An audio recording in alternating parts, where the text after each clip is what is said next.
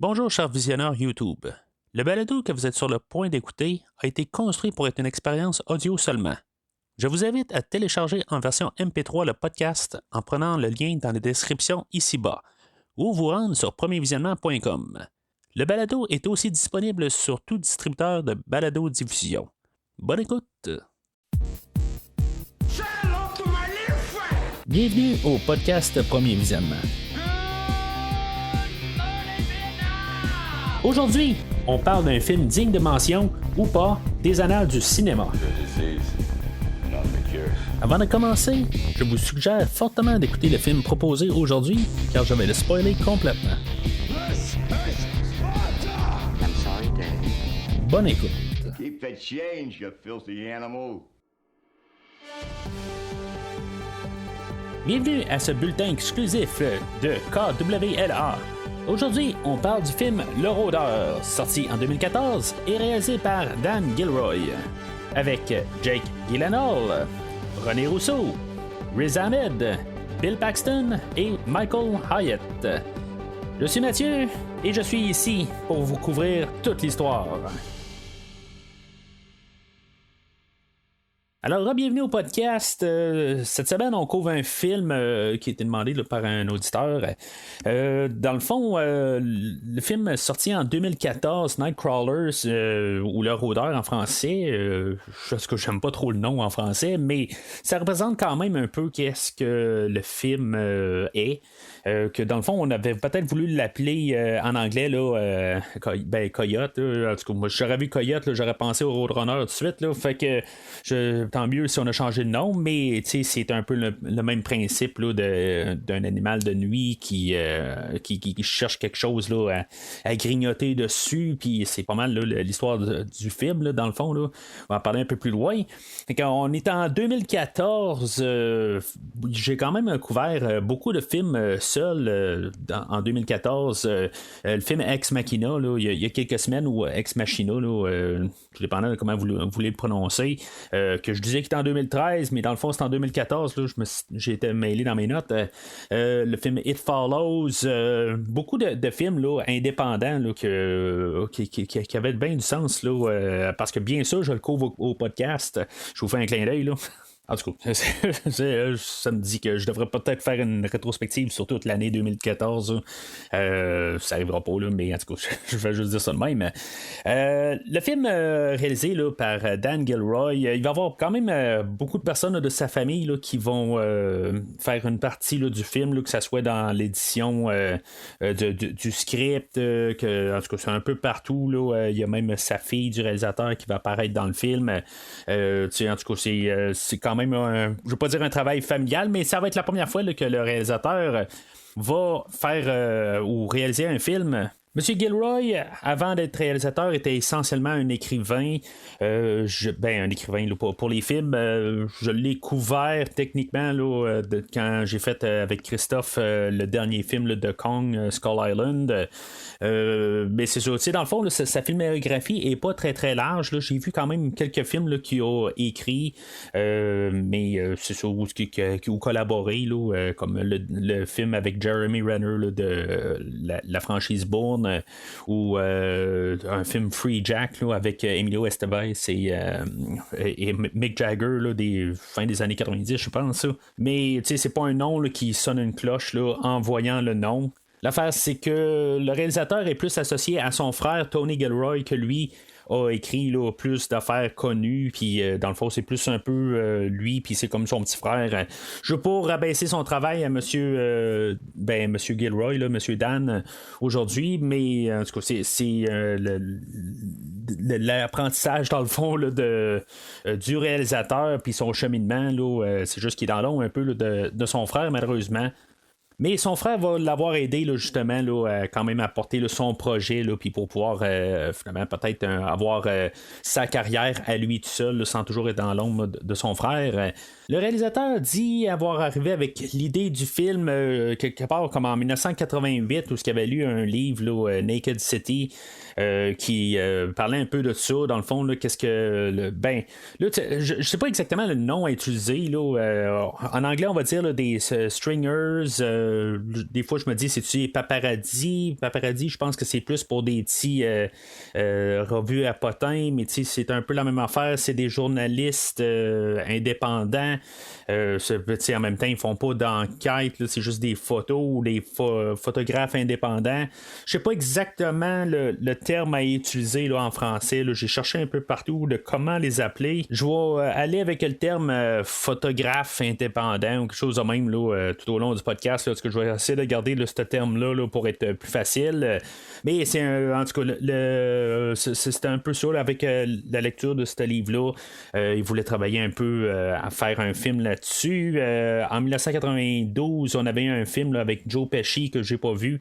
Que dans le fond, là, ça a pas mal un peu effacé là, son idée là, qui était basée là, sur un autre photographe indépendant. Dans le fond, on voyait son histoire. Fait que ça a mis un peu un terme là, à son idée là, de faire un film dessus. Jusqu'à temps que ce film-là soit étouffé puis qu'il soit un peu oublié. Là, 1992 à 2014, ça fait quand même un bon bout. Là, fait que puis avec une nouvelle idée, une nouvelle idée, puis une nouvelle histoire, tout ça, fait que il est parti de l'avant à écrire là, son histoire là, de anti-héros peut-être. Là, on va en parler tantôt. La production va avoir travaillé là, avec va avoir passé là, une couple de nuits là, avec justement là, des photographes indépendants RMG News qui vont s'appeler là, pour savoir un peu bien le fonctionnement, comment que ça marche dans le fond pour pouvoir s'impliquer là. En tout cas c'est quand même intéressant un peu tout ce que j'ai lu là, pour le film là. Le film c'est ça, il a été fait là, pour 8,5 millions et il a récolté 50 millions là, global puis quand même un peu de recettes là, rendues à la maison là, en vente Blu-ray et DVD. Il a été récompensé aussi par la suite. Pas d'Oscar, mais quand même récompensé là, dans plusieurs autres affaires.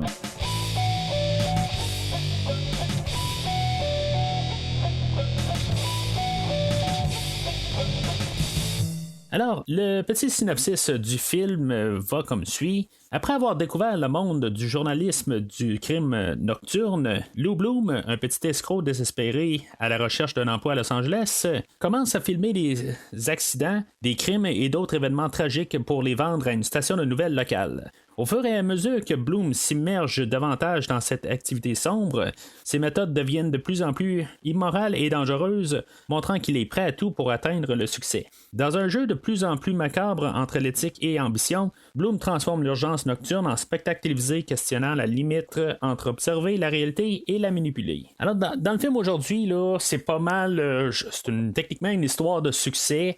On a un jeune entrepreneur qui essaie de faire quelque chose de sa vie, là. Dans le fond, il essaie d'avoir une ambition. Ça va être un anti-héros, peut-être par définition. Parce que je ne verrai pas vraiment quelque chose là, de bien qui va ressortir de ça. Mais c'est ça, à quelque part aussi, là, c'est juste qu'il y a un côté là, pas mal. Il est peut-être un peu sociopathe. Puis c'est ça, c'est un peu montré là, comme un peu le côté entrepreneur, les côtés gris, situation douteuse pour avancer. Montrer un peu la compétition sauvage pour les entrepreneurs, puis toute la manipulation aussi là, dans dans l'organisation peut-être là, en tout cas tout comment que le loup, je vais l'appeler Lou là, le personnage de Jake Gyllenhaal, lui dans le fond comment il va comme un peu manipuler peut-être son employé, mais comment il va tout un peu manipuler alentour, comment qu'il va se servir là, de son son discours de vente là, comment qu'il va essayer de vendre les situations puis tout ça, dans le fond là, comment que c'est tout un peu regarder ça, comment que c'est le côté grisâtre, tout ça, comment que puis un peu dans les deux côtés aussi là, de l'entrepreneur, le côté employé, le côté entrepreneur, mais même que l'entrepreneur doit lui aussi se vendre à d'autres, puis même sous lui, c'est ça l'entrepreneur, l'employé, comment que aussi lui essaie là, de se prendre là-dedans là, dans une entreprise là, qui fait juste démarrer là.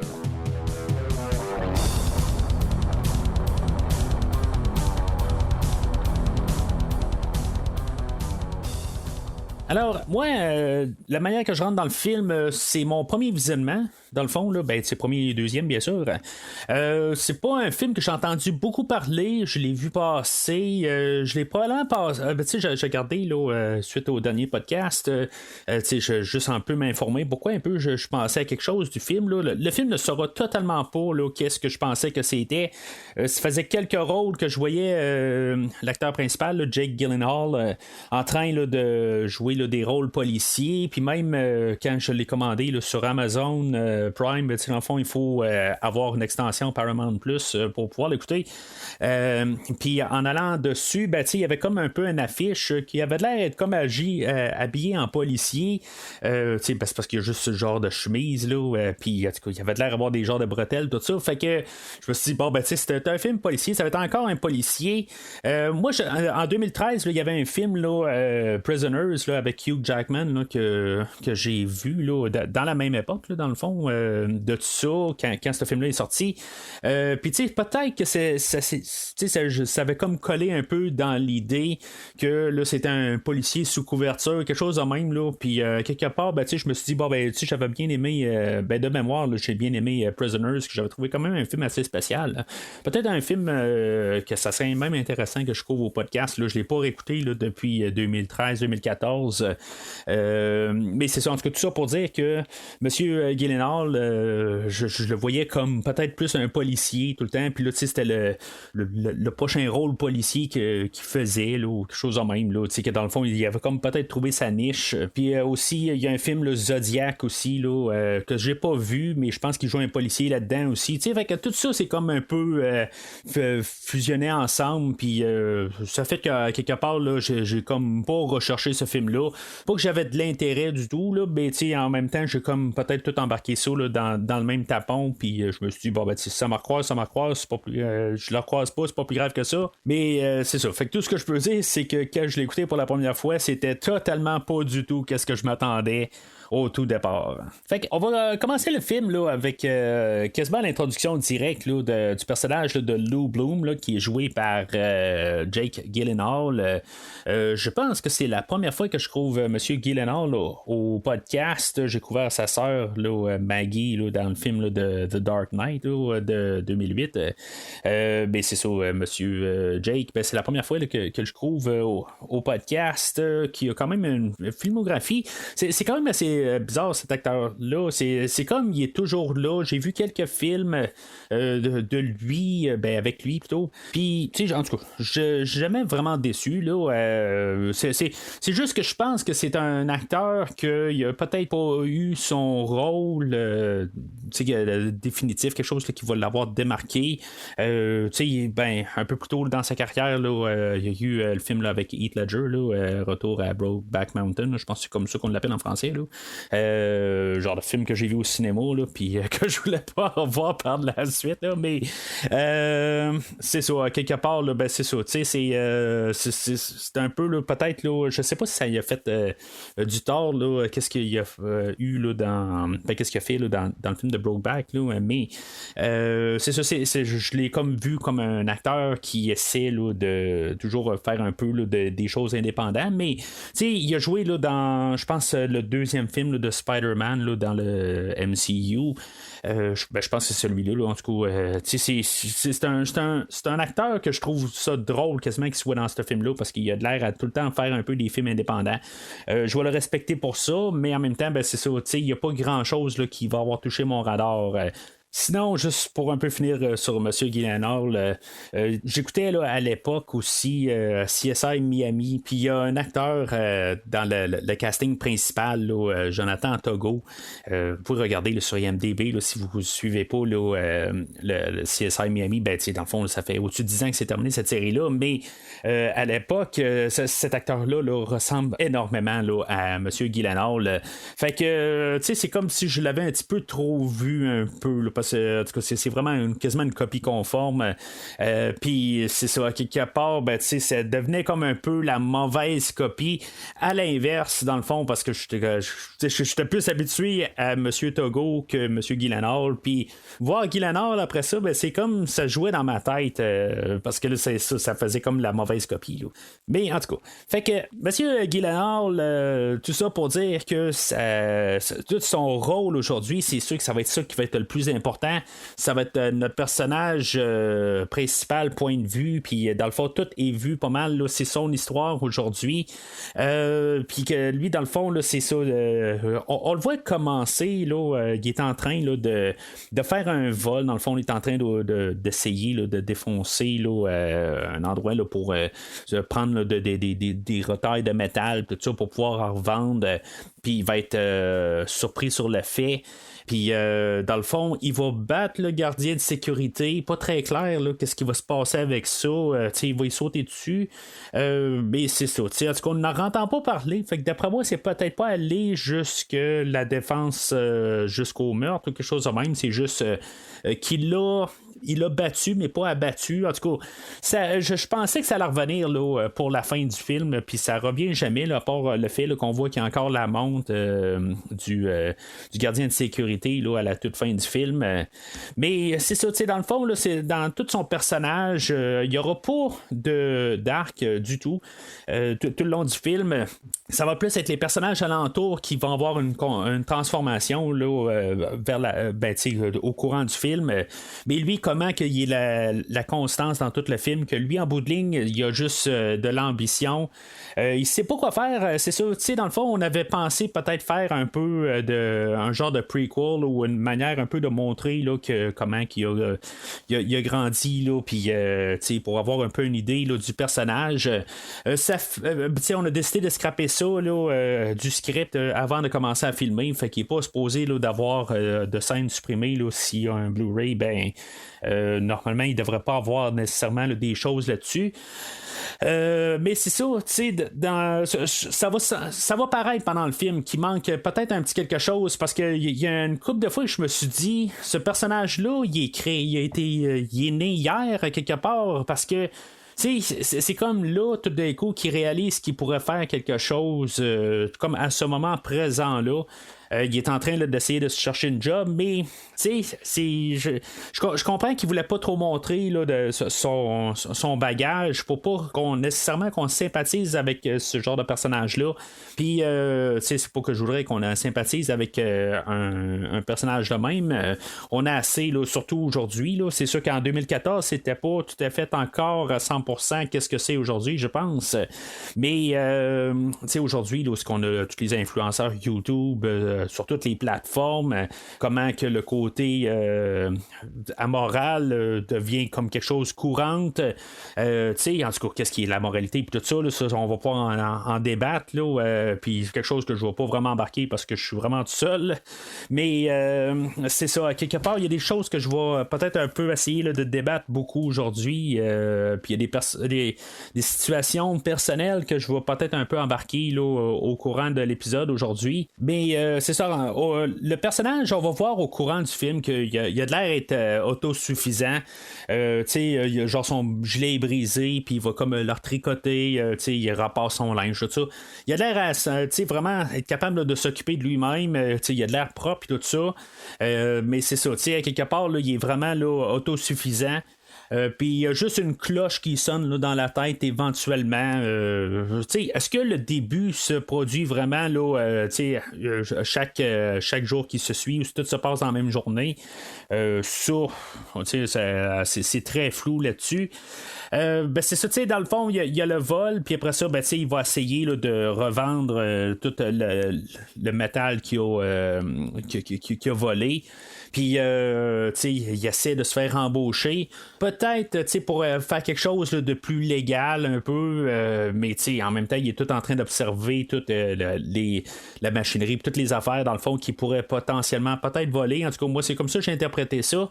Mais en même temps, il fait juste observer aussi. Fait que, on ne sait pas tout à fait. Il est peut-être en train là, de calculer dans sa tête. Peut-être qu'il est tanné.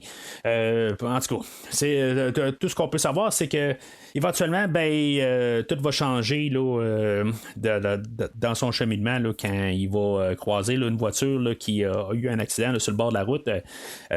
Mais avant d'embarquer là-dedans, je vais embarquer là, juste un peu sur la musique là, de M. James Newton Howard là, qui fait la trame sonore aujourd'hui. M. Newton Howard, j'ai pas grand-chose à dire sur sa trame sonore aujourd'hui. Il va la faire quand même. Pour le film, j'ai pas réussi à l'écouter à part là, sa trame sonore, mais pour qu'est-ce que l'ambiance là, qui va ajouter au film, c'est sûr que je pense qu'il y a quelques chansons là, au courant du film là, qui sont jouées par des interprètes, mais en tout cas c'est une trame sonore là, qui est faite pas mal au synthétiseur, puis en tout cas j'aime bien en tout cas l'ambiance qu'il fait dans le film là, en tout cas la manière que c'est apporté. On va dire que la musique est apportée là, comme qu'est-ce qui se passe là, dans la tête là, du personnage de Lou. C'est comme si mettons il sent que c'est tout un moment excitant, là tout d'un coup là, la musique va devenir plus excitante, mais c'est pas. En tout cas, c'est ce que le réalisateur va dire du film, mais en tout cas, ça marche pas tout à fait là, comme synthèse là, parce que il y a des endroits là, qu'il aurait dû sentir un peu toute l'excitation, là, notamment exactement au moment où ce que les policiers se font tirer à la toute fin là, dans le restaurant. En tout cas, la musique là, elle fit pas de comment que je ressens que le personnage de Lou ressent, là, comment qu'il qu'est-ce qu'il y a comme peu d'émotions qu'on peut voir là, émotions humaines, je parle là, parce que il y a des émotions plus comme quand il voit que son entreprise grandit, mais à part de ça, il n'y a pas grand sentiments humains. Il y a peut-être un moment là, mais je vais en reparler là, à la toute fin là, vers la fin là, c'est vraiment là, vers la fin du film là, il y a peut-être un petit moment d'émotion qui passe, mais c'est ça. Fait que c'est ça, dans le fond là, lui il est avec sa petite tercelle, puis dans le fond on voit que dans le fond la vie lui l'a apporté là à quelque part, il est en train là, d'essayer de se débrouiller avec les moyens qu'il a. Puis c'est ça, une bonne soirée de même, il aperçoit un accident sur le bord de la route, puis il dit, je vais aller juste jeter un œil pour le fun, comme sans nécessairement de mauvaises intentions, je pense. C'est vraiment comme curieux un peu qu'est-ce qu'il va faire.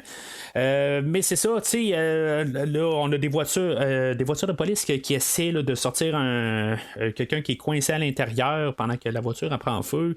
Puis en même temps, c'est ça, on a un photographe indépendant qui arrive avec sa vanne, le personnage là, de Joe qui est joué là, par Bill Paxton, que lui dans le fond c'est ça, lui il a comme tout son réseau de photographes indépendants. On va apprendre pendant tout le film là, que ça fait longtemps qu'il est là-dedans, il y a des hauts, des bas, dans le fond il est toujours en train là, d'essayer là, d'avoir le prochain événement, puis réussir à le photographier, puis pour pouvoir vendre ses affaires, mais c'est ça, on sent qu'il y a des hauts et des bas. Je trouve que c'est comme le personnage qu'il est le fun à se référer un peu, de comprendre un peu qu'en le regardant, on a un peu comment ça fonctionne cet univers-là. Puis, à côté de lui, c'est ça, on a Jake Gyllenhaal que lui rentre dans le domaine, qu'il est encore bien jeune. À l'époque, là, il avait 34 ans là, quand il filmait, 33-34 ans, là, le film de 2014, il est né en 1980. Puis c'est ça, fait que ça fait pas mal 33-34 ans. C'est ça, à quelque part, ça montre quand même une différence là, de carrière. Puis c'est ça, en même temps, en voyant ça, ça fait penser un peu à justement là, quand ça fait longtemps que tu es dans une entreprise, puis peut-être que des fois là, tu peux être routinier, puis il faut tout le temps que tu forces, puis des affaires de même. Mais si ça fait longtemps, là, après ça, tu as le nouveau qui rentre, puis qui essaie de brasser les choses. Ça va être un peu ça aussi, là, le film d'aujourd'hui. Puis en plus, ben, ironiquement, on s'en va dans le côté multimédia des journaux que, dans le fond, ça s'en va, ou les journaux, ou pas juste les journaux, là, des nouvelles, puis des affaires de même, on change de format, on s'en va plus sur l'Internet, le streaming, puis des affaires de même, là, tout au complet. Moi, si j'embarque mon côté personnel là-dedans, dans tout ça, une chose que je pense que j'ai jamais parlé au podcast, dans le fond, là, de mon travail là, depuis les 15 dernières années. Moi, je travaille pour des journaux comme agent distributeur. Là, j'engage des camelots pour passer des journaux, tout simplement. C'est sûr que je ne vois pas toutes les... comment on construit les histoires des articles, des affaires de même. Là, dans le fond, c'est pas quelque chose de vraiment qui m'a intéressé là, au courant des années. Le journal pour lequel je travaille, que je ne nommerai pas, mais faites un peu de recherche, puis vous allez savoir exactement pour qui je travaille. Puis c'est dans le fond, il y a de la compétition avec un autre plus gros journal, puis que ben là, nous autres, on débarque là, tout simplement, là, mais pendant des années, ça a été tout le temps un peu quel journal qui vend le plus. Puis tu vas en kiosque, puis qui t'essaie de mettre ton journal plus à l'avant-plan de l'autre, tout ça. Puis en tout cas, c'est quelque chose, c'est parce que ça me touche quasiment indirectement, là, tout simplement. C'est pour ça que j'apporte ça au podcast, puis apporter un peu là, mon point de vue de comment que je vois toutes les situations. Puis en plus que c'est ça, c'est dans le même domaine, dans le fond, dans le domaine de l'information.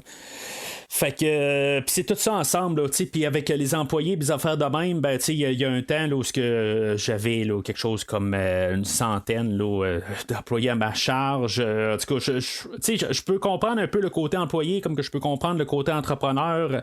En tout cas, je veux pas commencer à dire que j'étais une bonne personne, puis de semer le doute aussi que j'étais comme un méchant employeur, des affaires de même, mais tu sais, tout ça pour dire que j'ai des très bonnes relations avec les gars que j'ai, puis et madame aussi, là. Puis que, en tout cas, fait que je peux voir les deux, puis je peux voir les requins un peu là, qui étaient, dans le fond, que j'avais un contrat avec eux autres, puis comment aussi les employés, des fois, ils voient des affaires un peu que des fois. Ils comprennent pas toute la situation aussi. Puis, en tout cas, fait que, des fois, je vois tout ça un peu dans un film, là, en tant qu'entrepreneur indépendant, que des fois, c'est vrai, mais c'est tout dépendant là, de l'entrepreneur. Moi, en tant qu'entrepreneur, en étant trop gentil avec les gens, puis essayer d'en laisser trop passer, souvent, je me suis fait avoir pas mal. Puis, c'est ça, des fois, là, c'est que ces choix, j'ai pas compris, ou je continue dans la même direction, mais des fois, là, c'est juste que ça va plus facile là, de juste essayer là, de qu'on se comprenne tout, que tu sais un peu que ce que je fais au podcast, dans le fond, là, qu'on essaie là, de toujours là, d'essayer de vous exprimer un peu là, comment qu'on voit les choses, tout ça. Mais en tout cas, fait que tout ça pour dire que dans le film aujourd'hui, je vais voir ça, des fois c'est peut-être un peu extrême, c'est possible par contre, mais en tout cas, je travaillais pas pour un journal qui essaie de chercher du sensationnalisme, fait que c'est peut-être ça qui avait besoin des courbes, des affaires de même, là, mais en tout cas tout ça pour dire que je vois ça un petit peu là, dans un côté là, des télécommunications, des réseaux d'information, tout ça. Fait que je rentre là-dedans avec mon point de vue aussi. Là, fait que je rajoute ça un peu. Puis j'essaie quand même de peser mes mots là, pour faire attention quand même. Puis essayer de comprendre aussi là, dans les deux côtés toutes les situations. Ben moi, en tant que tel, j'avais pas besoin de commencer à me vendre puis des affaires dans même. Là. C'est des affaires là, que j'avais pas besoin. Là, les contrats étaient déjà établis, puis dans le fond, j'ai juste pris là, le travail de quelqu'un d'autre, puis je suis parti avec. Là. Fait que, en tout cas, ça c'est le deuxième travail que je fais là, que je parlais là, dans le fond, là, dans mon entrevue de 5 ans, là, il y a 2 semaines. Là, si vous m'entendez parler de 2 jobs, ben c'est ça, dans le fond, là, le temps que ça, ce travail-là, le contrat échu, et que finalement, que je me ramasse juste avec ma job principale. Ben c'est ça, en tout cas. Fait que, retournant au film, on a le personnage de Joe que lui, c'est ça, tu sais, c'est comme la porte d'entrée un peu là, pour qui fait comme un peu allumer là, l'imagination là, de notre personnage là, de Lou, que lui, c'est ça, après avoir vu ça, puis dans le fond, comment il est tout organisé, là, il voit dans sa vanne, il y a plein de caméras, puis des affaires de même, là, fait que, il se dit, hey, ça serait peut-être quelque chose à faire, puis, le lendemain, ben, il voit à la télé, là, que dans le fond, là, qu'il avait vu un peu l'événement en question, fait que, ça l'allume un peu, puis ça le fait travailler. Faut remarquer que juste les journalistes à la télé, on utilisé là, des vrais journalistes, probablement à retraite, là, en tout cas, je regardais juste là, dans sur IMDb, là, toute le carrière d'apparition, puis ils apparaissent tous comme des journalistes ou des reporters de nouvelles. Fait que, c'est exactement ça. À quelque part, là, il était à quelque part, là, puis là, des fois, là, c'est plus des contrôles là, qui font un ci par-là. Là. Alors, le lendemain matin, ben c'est ça. Lou commence à penser à ça. Il va voler un bicycle pour finalement le revendre pour il va aller à un pawn shop puis il va se ramasser une caméra et un scanner. Fait que la nuit suivante, ben il va commencer à rechercher là, tout. Dans le fond, à chaque fois qu'il va y avoir quelque chose qui va apparaître là, sur le scanner, ben il va aller se pointer. Là, il y a quelqu'un qui va être arrêté là, pour alcool au volant, puis il va commencer là, à filmer de très près. En tout cas, ça va mal marcher son affaire. Là. C'est comme il est pas du tout là, délicat là, dans les situations. Éventuellement, ben il va scraper comme une situation totale où il va y avoir un autre photographe indépendant qui va arriver puis qu'il va tellement s'implanter sur place que la police va se fâcher puis il va tout sortir tout le monde là, du périmètre là, de l'accident. Puis dans le fond ça va fâcher l'autre indépendant puis dans le fond il va entendre de loin là, l'indépendant qui est en train de faire un appel à une station de télé, puis dans le fond, il va se pointer à une chaîne pour essayer de vendre sa vidéo, que lui, dans le fond, il avait réussi à se rendre plus près. Puis dans le fond, c'est pour ça qu'il va avoir comme un peu là, dans le fond, il va réussir à vendre sa vidéo parce que la personne là, s'est faite attaquer. Pour se faire voler sa voiture. Puis c'est ça, dans le fond, l'autre personne, il n'y a pas vraiment là, une belle vision de la chose. Fait que, dans le fond, ils ne peuvent pas vraiment vendre ça. Mais il a réussi à avoir quelques piastres pour. Puis c'est ça, quand Lou se ramasse là, à la chaîne de télé, ben c'est là qu'on va voir l'introduction là, du personnage de Nina, qui est joué là, par René Rousseau. Madame Rousseau, elle avait 60 ans, là, approximativement, là, à l'époque. Le réalisateur, il n'a pas cherché bien loin là, pour ce personnage-là.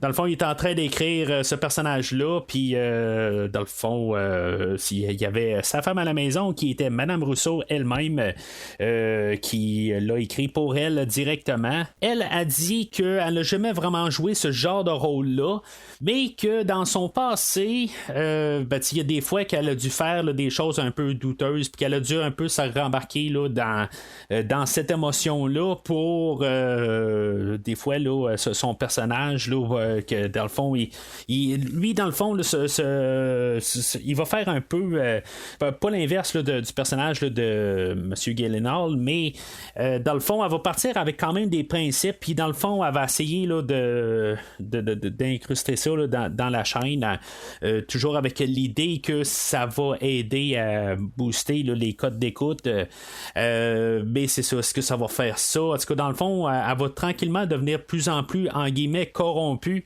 par Monsieur Gyllenhaal et son personnage. Je me dis, est-ce que c'est la première fois qu'elle voit une vidéo là, si explicite que ça? C'est probablement jamais déjà arrivé plutôt. Là, c'est ça que je trouve un petit peu dur à avaler.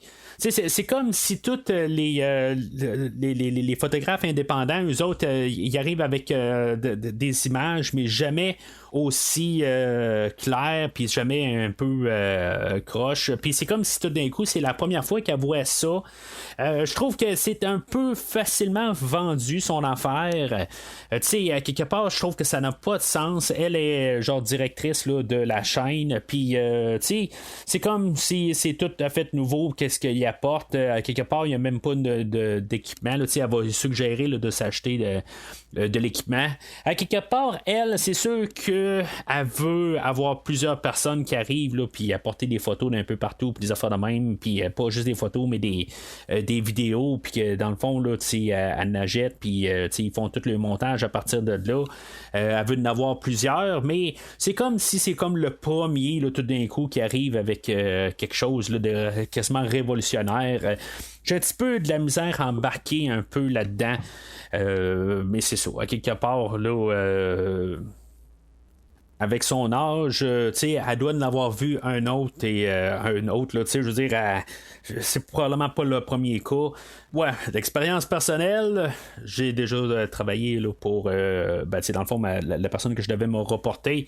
Était une madame là, quand j'ai commencé au travail et c'était quelqu'un là, qui était très strict, puis d'un côté elle en avait vu un autre et un autre, puis c'est ça à quelque part c'est comme tu peux arriver avec des affaires là, comme j'ai dit tantôt, là, j'avais pas nécessairement besoin de me vendre, il fallait juste que j'aille du résultat, puis que tout dans le fond là, le service de plainte était correct là, tout simplement là, mais c'est ça, c'est en tout cas, j'ai juste la misère à comprendre. Si mettons ça aurait été une fille plus ambitieuse, peut-être plus jeune, et puis que justement qu'elle cherchait des manières un petit peu de monter les échelons, ben tu sais, j'aurais compris.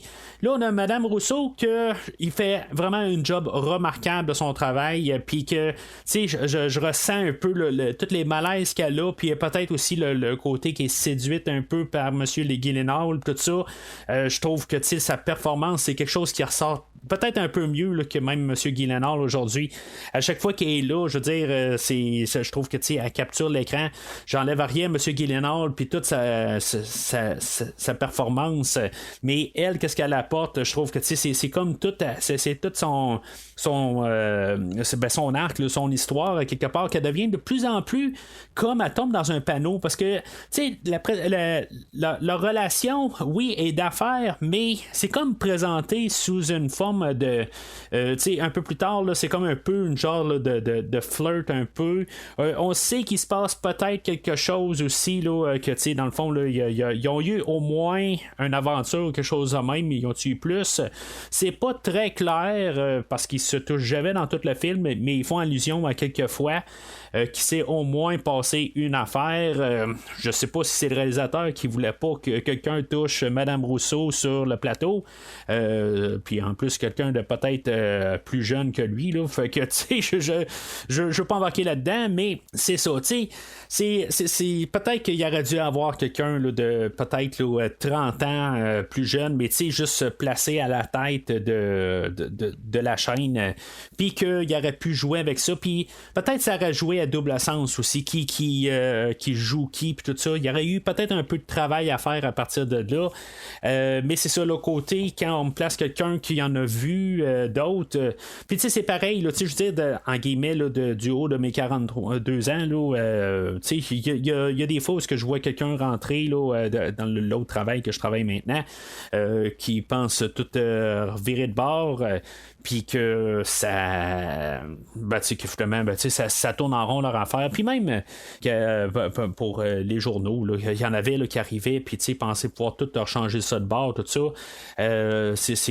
tu vois que les affaires tournent, puis ça tourne de même depuis des années, puis tu vois les gens agir, tout ça, puis c'est difficile de juste comme garder en tant qu'humain, de réussir à aller de changer les choses ou de faire des choses différemment, puis de révolutionner les choses, parce que ça éventuellement là, c'est quelque chose des nouvelles, c'est quelque chose qui marche 24 heures sur 24, 7 jours sur 7, puis un humain de pouvoir suivre là-dessus, pendant quelques années, ça peut marcher, je l'ai fait. 7 jours sur 7, 24 heures sur 24, le téléphone peut sonner, quelqu'un ne peut pas rentrer, puis les enfants de même, tout ça. Tu peux arriver puis performer pendant des années, mais quand ça le fait pendant, comme je dis, ça fait 15 ans que je fais ce travail-là, c'est à moins que tu sois inhumain puis que tu n'as vraiment rien à faire de ta vie, puis que, je veux dire, tu veux juste être dédié là-dessus, éventuellement, ça n'apporte à rien parce qu'en bout de ligne, tu travailles pour quelque chose qui n'existe techniquement pas. C'est pas une vraie relation humaine quelque part. Tu travailles pour le vide, tu travailles pour un travail, puis c'est ça à quelque part. Fait que d'un côté, je trouve tout le temps ça rigolo un nouveau qui rentre puis pouvoir tout changer puis dire que pouvoir inventer les lois de la chose.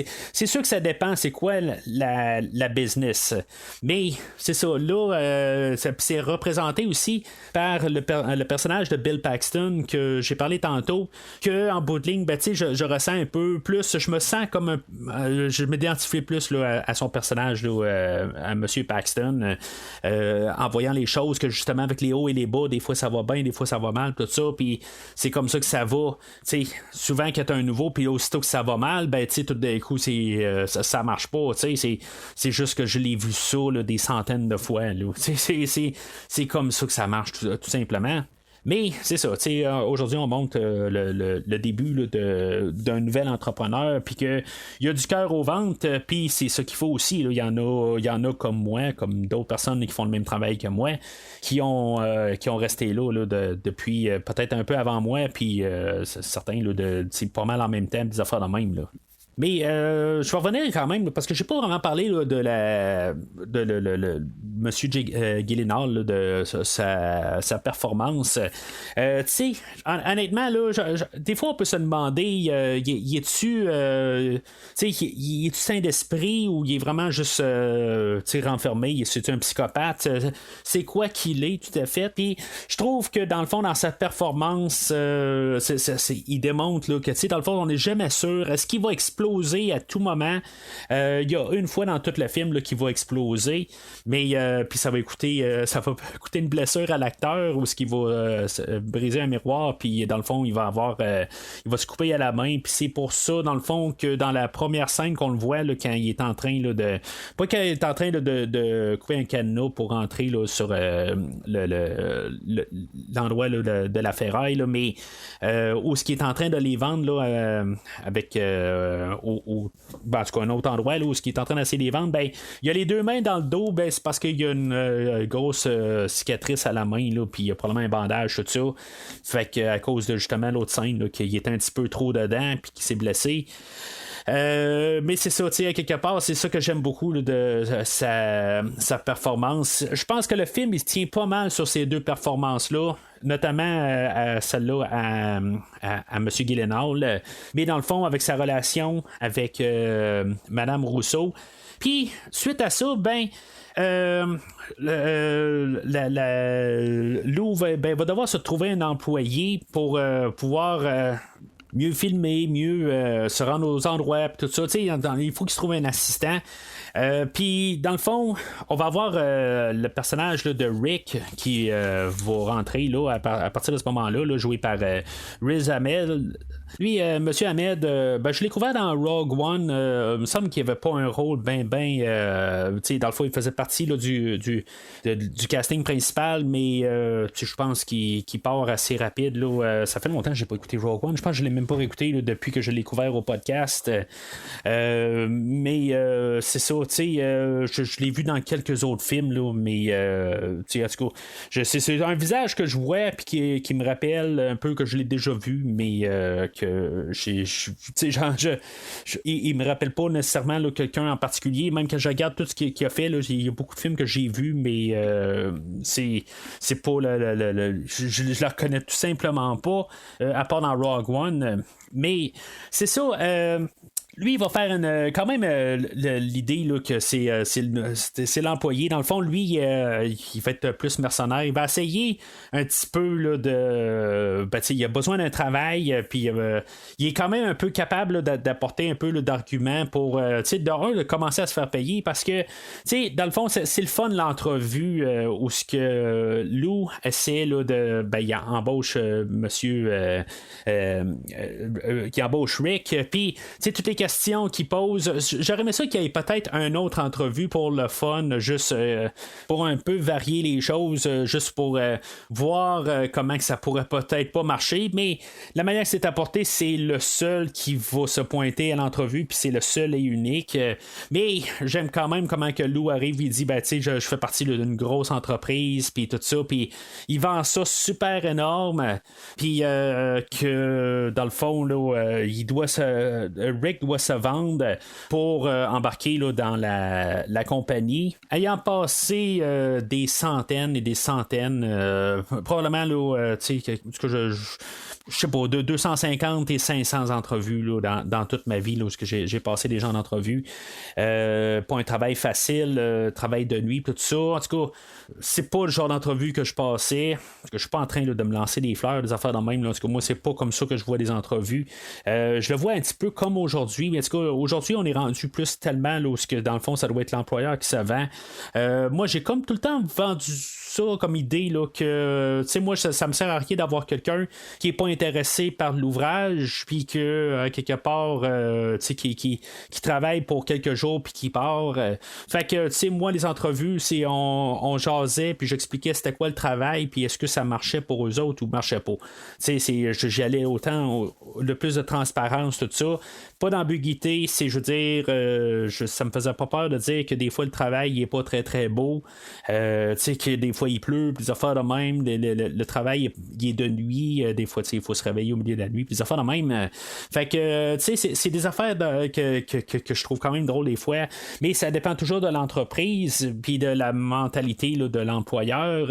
Là, c'est ça, aujourd'hui, on est rendu plus avec une mentalité, là, avec peut-être aussi la COVID, le manque d'employés, tout ça qui est arrivé là, plus là, vers les 2017-2018, quelques années après là, le film, la mentalité change beaucoup. Où ce que dans le fond là, c'est ça, on doit c'est plus l'employeur qui doit commencer à se vendre. Puis en tout cas toute cette relation là entre les deux personnages va être un peu clé.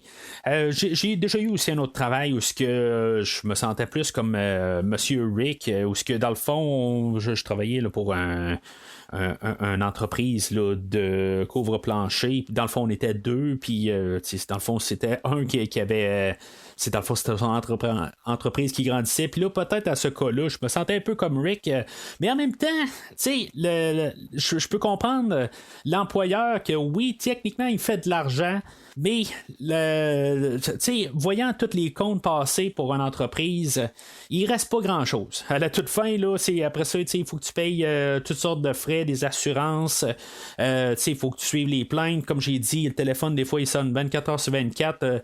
Se faire laisser des démissions là, le 24 décembre au matin, là, quand tu veux aller faire le party ce soir-là, puis tu pars faire ton party de famille, puis tu es plus en pas très très de bonne humeur parce que tu sais que quand le prochain jour de travail, tu vas devoir commencer à rechercher quelqu'un que dans le fond tu as toujours été bien correct avec, quelqu'un demande un congé, tu le couvres, des affaires de même, tu demandes des avances, tu couvres, des affaires de même, la personne dit oui je vais rester, tout ça, puis il n'y a pas de problème, je vais être là, puis finalement la personne ne se pointe pas, puis en tout cas j'ai vu tous les scénarios possibles, puis je veux dire que tu essaies de tout le temps être le plus correct. Honnêtement, je vais quasiment être des fois plus sur le côté à M. Gyllenhaal dans tout ça. Que qu'est-ce qu'il voit à la toute fin, c'est que dans le fond c'est quelqu'un qui veut juste tout le temps prendre de plus en plus place, mais tu sais je fais quand même attention là-dessus aussi là, je veux pas me faire haïr, mais je veux quand même qu'on comprenne aussi le fait que oui c'est un cas extrême aujourd'hui, c'est vraiment beaucoup là, parce que là son premier contrat il fait $250 puis il va donner $30 par jour à Rick. C'est comme à rien. Bon, ok, c'est sûr que l'autre côté, bon, il y a sa voiture, c'est lui qui la paye, c'est lui qui paye l'essence. Il y a des affaires de même, il a payé toute le scanner, il l'a volé, mais comprenez, si maintenant il l'aurait sorti de ses poches, tout ça, il l'aurait payé. Fait que tout ça un petit peu aussi que l'employé ne voit pas. Si maintenant tout d'un coup ils sont pas capables là, pendant 3-4 jours de pas trouver de l'argent, ce sera pas le problème de l'employé. Sauf que c'est ça. C'est tout ça un peu là, que des fois là, le monde regarde pas aujourd'hui. Oui, des fois l'employeur fait un peu trop d'argent. Là, c'est rendu extrême à la toute fin, là, comme je dis. Ça n'a pas de beau bon sens. Là, c'est genre quelque chose comme 15 000 là, pour une soirée. Quand, dans le fond, là, il veut juste y donner 75$. C'est comme il y a quelque chose qui marche pas. Là. C'est trop extrême. Là. Au pire, pour clore, là, ce que je pense là, sur la communauté d'aujourd'hui, c'est que, puis heureusement, là, je suis en train de débarquer là, de ce milieu-là, puis je suis bien content. Là. Dans quelques mois, pour moi, c'est fini. Je tombe juste à mon travail principal, puis mon cassage de tête est fini. Mais c'est ça, je veux dire, peut-être qu'à quelque part, là, on dit que le marché est rendu à l'employé. Puis à quelque part, c'est ça. Après ça, il n'y a aucune entreprise qui marche parce qu'à quelque part, c'est toujours un peu comme sous la menace de l'employé qui part ou qui fait n'importe quoi.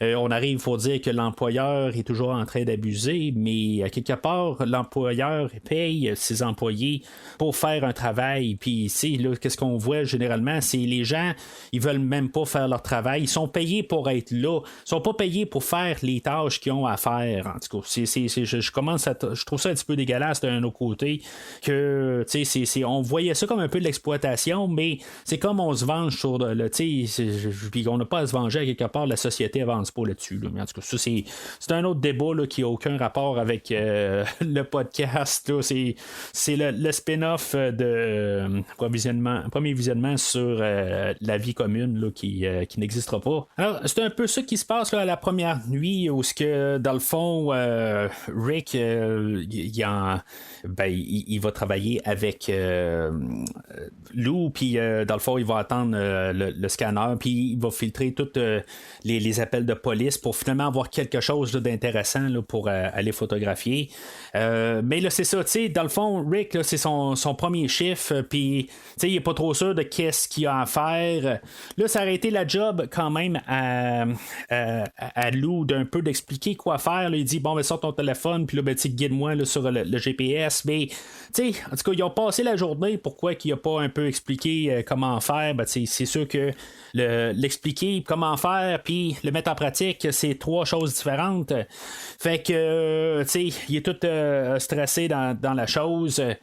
Fait que il arrive trop tard sur la scène, puis c'est ça, dans le fond, ils n'ont absolument rien à filmer. Fait qu'ils ont perdu le contrat.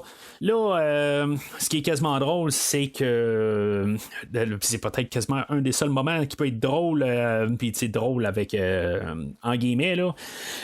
On a Lou qui arrive puis qui se retourne de bord puis il dit bon ça m'a coûté 5$ d'essence.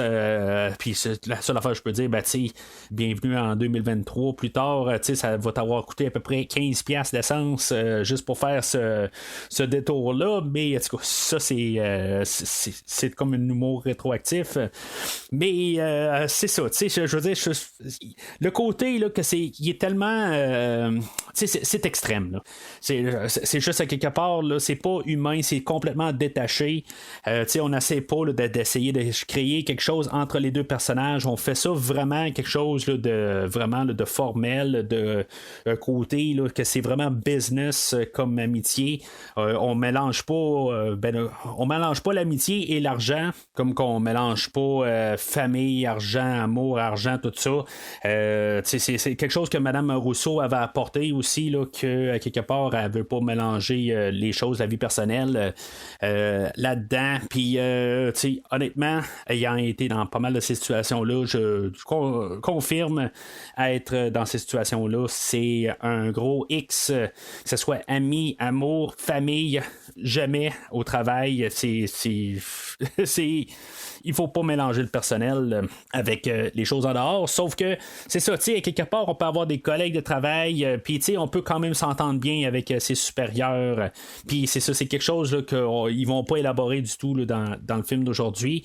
Mais c'est ça, c'est comme un peu hypocrite parce que l'autre côté, ben, c'est ce que Lou essaie de faire avec Nina. Lui, à quelque part, ben, il essaye carrément là, de. Ben, en guillemets, comme je dis, là, il essaie un peu de la marier. Puis toutes les scènes sont apportées. C'est comme s'il y a comme la demande pour la première sortie. Après ça, c'est comme si il la propose en mariage un peu à des endroits. Tout ça, c'est un peu une métaphore. Puis, jusqu'à la toute fin, c'est comme si on a un peu là, la réconciliation qui sont un couple à la toute fin. Même si, en tout cas, comme j'ai dit, là, on a filmé aucune scène qui se touche. À quelque part, ils se sont touchés en dehors de la caméra. Je sais pas si j'avais besoin de voir ça, au moins comprendre un peu quelque chose, mais même je pense que le fait qu'on ne voit pas qu'il y a un petit embrassage ou quelque chose qui se colle, ben je pense que ça démontre un peu la froideur entre les deux, puis que ça laisse juste le côté à faire. Mais quand il se qui essaie là, de manipuler Madame Rousseau, ben c'est ça, elle tombe un peu tranquillement, un peu comme sous son charme, puis finalement ben c'est comme si elle veut tout le temps un peu travailler avec par la suite, tout ça, puis ils ont comme un peu besoin l'un de l'autre, puis plus que le film avance, puis que finalement ben qu'on a comme techniquement le mariage, quand finalement ben éventuellement là, il va arriver un peu plus tard dans le film, puis qui va demander une grosse somme, puis que dans le fond il y a quasiment l'exclusivité puis tout ça, puis que dans le fond c'est lui qui comme prend tout en charge, ben c'est ça, c'est ça que ça va en devenir.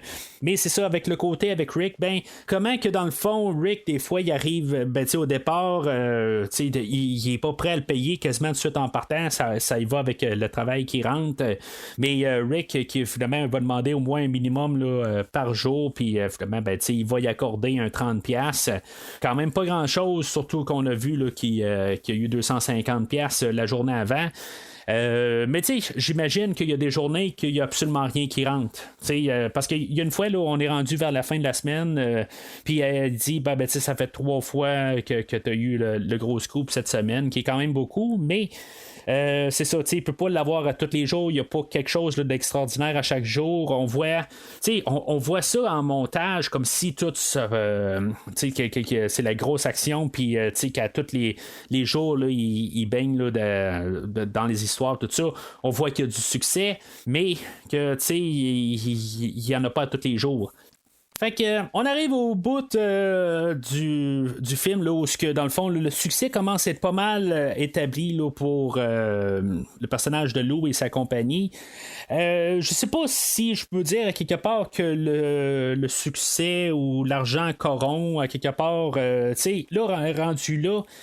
Il est rendu où il s'est acheté une nouvelle voiture, il a laissé sa tercelle, puis il s'est acheté un Challenger, je pense, puis belle voiture rouge qui, en tout cas, je sais pas si une voiture rouge, c'est plus tard ils vont faire des filatures, des affaires de même, tu la jettes noire peut-être, là, ou grise, ou tu n'essayes pas de te démarquer, surtout si vous regardez là, dans la rue chez vous, là, vous devez regarder dans la rue, là, puis vous voyez à peu près 3 couleurs, ben si on peut appeler ça des couleurs là, vous allez voir blanc, vous allez voir charcoal, vous allez voir noir, c'est pas mal ça que vous allez voir, puis quand il y a une voiture bleue qui va passer ou une rouge, ben vous allez la remarquer. Et c'est pas un phénomène 2023, c'est un phénomène là, qui est là depuis à peu près là, une quinzaine d'années. Là, les voitures de couleur, il n'y en a plus tout simplement.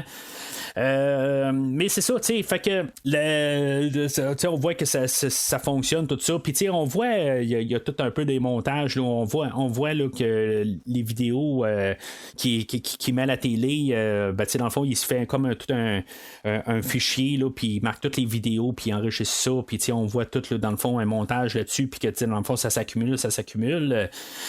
Puis que là, ben même, il arrive sur une mise sur une scène, puis que dans le fond, il y a quelqu'un qui a frappé un individu, puis que dans le fond, il est mourant, puis que dans le fond, Lou va se servir de l'endroit pendant qu'il n'est pas en train de se faire voir. Ben, il va arriver, puis il va replacer le corps pour que ça soit filmable, que dans le fond, qu'il y a du style, puis des affaires de même. C'est rendu un petit peu exagéré, mais tu sais, c'est pour quand même nous montrer que il a de l'ambition, puis il veut dans le fond montrer puis élever son travail. Là, à quelque part, si la personne qui s'est fait frapper meurt, puis là, il voit qu'il a été déplacé, tout ça, il y a des choses qui vont se rendre compte, là, je pense, là, un peu plus tard. Puis, en tout cas, on n'aura pas de suite là-dessus. Je pensais peut-être qu'on allait avoir un peu une suite là-dessus, que dans le fond, il a déplacé le corps, mais en tout cas, si il y a quelque chose là, qui marche pas à partir de là, où que dans le fond on donne pas suite à cette idée-là. Peut-être que c'est un peu après le film, mais honnêtement je penserais pas, parce que comme l'épilogue du film là, se passe là, quelques semaines après. Puis dans le fond là, il a pas été il a pas l'air d'aller en prison tout simplement. Fait que, en tout cas, on voit que dans le fond, là, c'est douteux son affaire, puis que dans le fond, là, il est pas prêt il est pas là, pour faire de la charité, il est pas là pour être moral avec des situations, il est là pour vendre sa compagnie, puis dans le fond, là, pour pouvoir là, grandir là, dans son monde là, de photographe indépendant. Fait que c'est à cet endroit-là aussi qu'il arrive bien avant là, Joe, qui est joué là, par Bill Paxton. Puis, dans le fond, là, c'est un petit peu le retour, parce qu'on l'a pas vu bien au début. Ben, on l'a vu juste au début du film. Puis là, ben, c'est comme un peu, là, peut-être un 10-15 minutes là, qui est concentré un peu là, pour ce personnage-là. Où, ce que, dans le fond, lui, il va essayer là, d'embaucher Lou pour travailler pour lui. C'est un peu comme ça que les compagnies marchent aussi. Des fois, tu sais, quand ils voient quelqu'un en train d'apparaître puis qui commence à prendre la place, ben des fois, ils essaient de l'embaucher pour faire peut-être une plus grosse compagnie. Dans le fond, le discours qu'il fait, ben, dans le fond, ça va couper ton salaire en deux, ou dans le fond, ça va doubler le travail. Ça marche un peu, là, pas doubler le travail, mais ça va couper la moitié le travail. Mais dans le fond, c'est quasiment changer 4,36 pour une pièce, mais dans le fond, tu travailles pour quelqu'un que peut-être qu'il va éventuellement là, te manger quelque part, puis peut-être en tout cas, c'est tout un peu là, qu'est-ce que je parlais un peu tantôt, mais c'est ça, Bill Paxton il est pas bien présent. Ce qui est quand même assez drôle, c'est que hier soir j'ai écouté Terminator 1984 puis 2014 le film aujourd'hui, fait que j'ai vu Bill Paxton âgé de 30 ans là, en dedans de 24 heures, ce qui est quand même assez drôle. Puis même, j'en ai parlé il y a 2 semaines. Là, ben, pour vous, 2 semaines, là, moi, ça fait à peu près 2 mois là, où j'ai enregistré mon épisode anniversaire là, pour Vrai Mensonge. Mais c'est ça, quelque part, Monsieur Paxton, dans le fond, il est décédé là, pas très très longtemps après ce film-là, mais ce sera pas son dernier. Il va avoir fait quand même 9 films là, jusqu'à sa mort là, en 2017.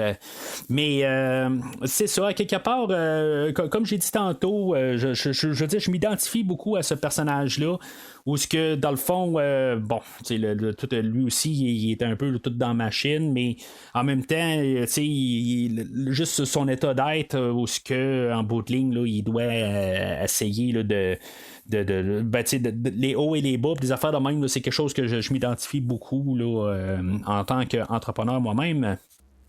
C'est sûr que le personnage là, de Paxton, il dépasse un peu les bornes, pour rien. Quelque part, il doit justement l'avoir vu arriver puis partir, justement.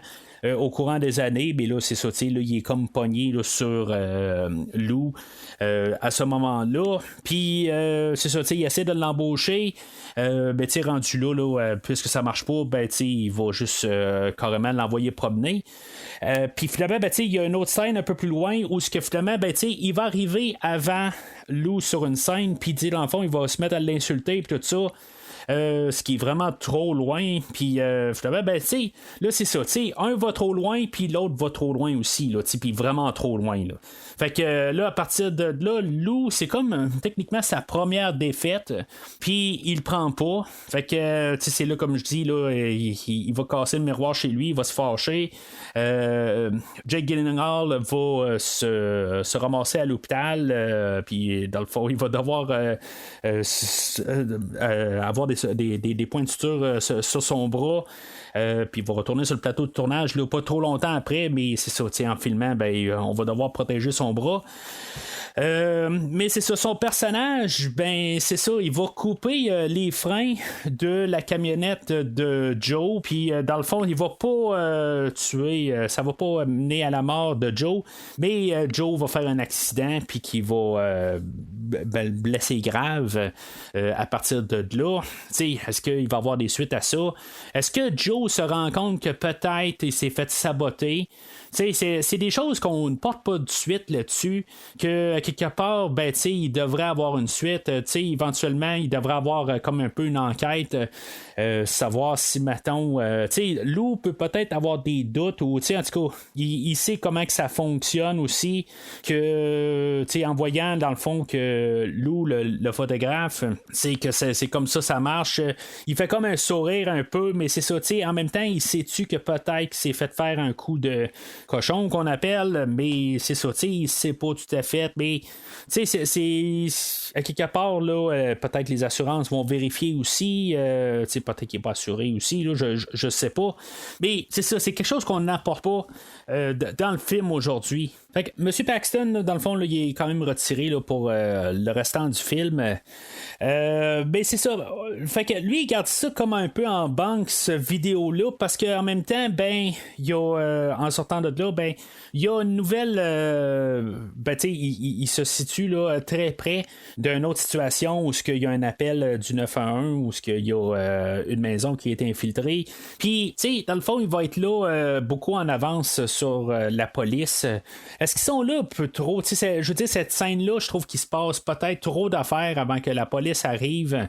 C'est un appel, une sécurité de la maison, fait que peut-être que c'est un peu long avant que la police arrive, tout ça. Ils se disent, bon, c'est encore un autre fausse alarme ou quelque chose de même. Mais, tu sais, il y a vraiment le temps là, de se produire beaucoup d'affaires. Puis, c'est là. En tout cas, des fois, peut-être que je suis habitué dans des films où que la police arrive tout de suite, puis qu'il n'y a pas le temps de tout faire qu'est-ce qu'il a le temps de faire là, dans le film aujourd'hui. Mais en même temps, ben, il faut quand même que la police se rende, mais il n'y avait absolument personne là, dans le secteur. Dans le fond, notre duo de Lou et Rick arrive à la maison. Bien sûr, Lou, il part tout seul. Dans le fond, Rick, il sert quasiment juste là, d'assistant, vraiment. Là, il fait absolument rien. Mais rendu là, lui va se rendre à la maison, puis il faut finalement être témoin que dans le fond il y a des coups de feu, puis après ça il va rentrer dans la maison pour voir là, qu'il y a des personnes qui sont mortes, qui sont assassinées à l'intérieur. Il va avoir tout filmé ça. Il va avoir gardé pour lui le visage là, des meurtriers là, qui vont se sauver en voiture. Puis là dans le fond il y a quelqu'un qui est resté vivant, mais qu'il n'a pas montré à la caméra, qu'il a coupé cette partie-là. J'ai pas tout à fait saisi c'est quoi pourquoi exactement, ça revient pas vraiment. Mais c'est ça, à quelque part, il y a quelqu'un là, qui est resté vivant au travers de ça. Je crois que c'est le bébé. Dans le fond, le bébé, on est supposé penser que on n'est pas sûr si le bébé est mort ou pas, tout ça. Puis finalement, à quelque part, on voit là, que le lit de bébé là, il est vide. Mais en tout cas, c'est peut-être que vous pourrez m'éclairer là-dessus. Là, si maintenant c'est un rapport dans l'histoire, ou c'est juste vraiment là, pour donner je sais pas quoi exactement là, avec Rick. Mais c'est ça. Fait que Lou va ramener la vidéo à la station de télé pour vendre cette histoire-là. Puis là, il va demander le gros prix. Dans le fond, on part de 250$ au début du film, puis que là, il va demander jusqu'à 15 000$ pour avoir cette vidéo-là. Puis il va être gentil, il va quand même rajouter un bonus gratuitement, dans le fond, là, de l'accident de Joe. Puis, dans le fond, là, ça n'a pas de sens. Je sais pas si on pourrait faire ça, parce qu'à quelque part, il va arriver, puis il va dire, il va avoir des retombées, puis est-ce que c'est les premiers meurtres, va-t-il en avoir d'autres, puis des affaires de même. Fait que, là, dans le fond, c'est tout le budget qu'ils disent. Bon, c'est des discours de négociateurs, mais, c'est passer de 250 à 15 000 puis dire OK, puis qu'il soit comme exclusif, bon, c'est sûr que l'autre il dit qu'il va commencer à il y a toute sa compagnie, puis là, dans le fond, ça va lui donner du budget pour pouvoir être plus gros, puis faire plus tard on va le voir, là, il va avoir 2 camionnettes qui vont travailler avec lui, puis avec plusieurs employés aussi, là, tout bien motivés à la toute fin du film. Mais c'est ça, il va comme manipuler encore le personnage là, de Nina, puis essayer de jouer avec elle, parce qu'elle a besoin de ça aussi là, pour que la chaîne continue, puis mais en même temps, ils ont-tu vraiment besoin de lui? C'est ça aussi, j'ai un petit peu de misère avec l'idée que c'est juste lui. C'est comme si personne n'est capable d'aller chercher d'autres histoires, puis d'avoir d'autres vidéos. C'est comme il y a juste lui, mais il y en avait d'autres avant, puis là c'est juste lui. Fait que à quelque part là, coûter 15 000 par histoire, ou c'est peut-être juste un coup pour se rattraper, des affaires de même, mais je trouve que c'est extrême à quelque part. Mais c'est sûr que le 15 000, s'ils payent, c'est parce qu'ils sont capables. Mais sauf que l'autre côté, c'est comme il se menotte là, à une situation. Puis mettre juste dire que là, tout d'un coup, va comme quasiment devenir l'exclusif des affaires de même. Puis, c'est en tant qu'entrepreneur des affaires de même, moi, quelqu'un, là, je vais utiliser mon savoir, là, sans dire que je suis la meilleure personne, puis comme je connais tout. Mais le nouveau venu, puis qui essaie de juste comme tout contrôler, puis qu'il dit qu'il est capable de tout faire, ça va être le premier qui va te laisser en plan. À quelque part, tu vas essayer d'y donner tout, tu vas lui donner confiance, tout ça. Puis finalement, ça va être le premier qui va te trouver une excuse, puis que finalement, que tu vas devoir te démerder avec ton trouble, puis plus de troubles rendus là. C'est par expérience.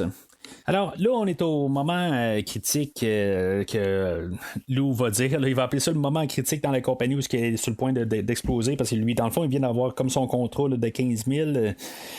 Puis là, il fait comme ouvrir un peu la porte quand même là, avec son employé, puis dire là, tu vas pouvoir devenir vice-président de la compagnie. Puis là, il dit là, j'étais comme quoi exactement avant. Là, il dit là, tu étais assistant, mais là, je vais te mettre vice-président. Puis là, tu vas pas demander un petit peu plus.